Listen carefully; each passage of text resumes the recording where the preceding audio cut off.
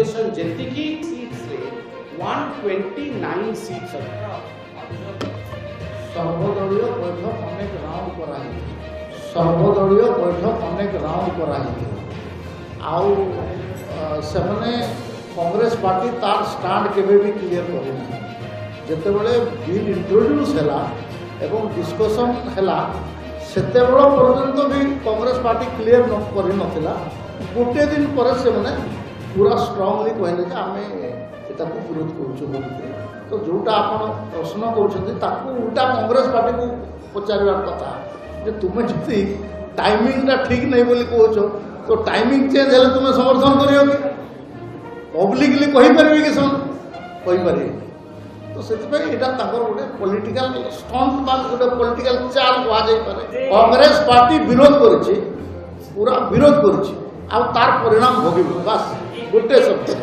निश्चित आपण रिजल्ट भी कहबो आपण डिलिमिटेशन कमिशन रो टाइमलाइन ता कोन 26 फ्रीज हबो तो आपण डिलिमिटेशन प्रोसेस स्टार्ट हबो डिलिमिटेशन प्रोसेस स्टार्ट होगा बोलिए 2 वर्ष रु कम समय हो पार ना डिलिमिटेशन प्रोसेस अच्छी आप 545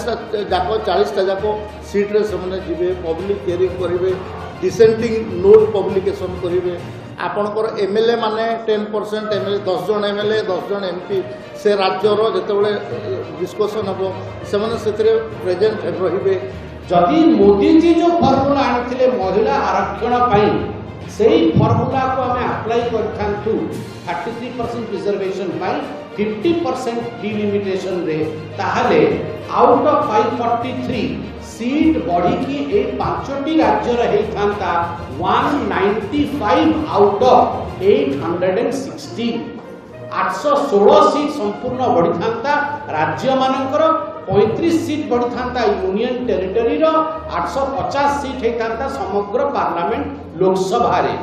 सेथिरे हमर जो 5टी साउथ इंडिया स्टेट रही तार मात्रा सीट संख्या बढ़ी की 195 होता परसेंटेज वाइज केमती होता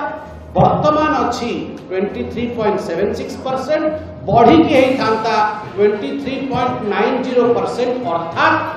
24% माने हाराहारी गोटे परसेंट बढ़ी तथापि गोटे भ्रामक वार्ता सृष्टि करने चेष्टा कराला कांग्रेस द्वारा केवल एथिपाई कि आमे नारी मानू केमिति सदन दूर रखिबा तांकर रिजर्वेशन केमती हवा पाई दबा नाही।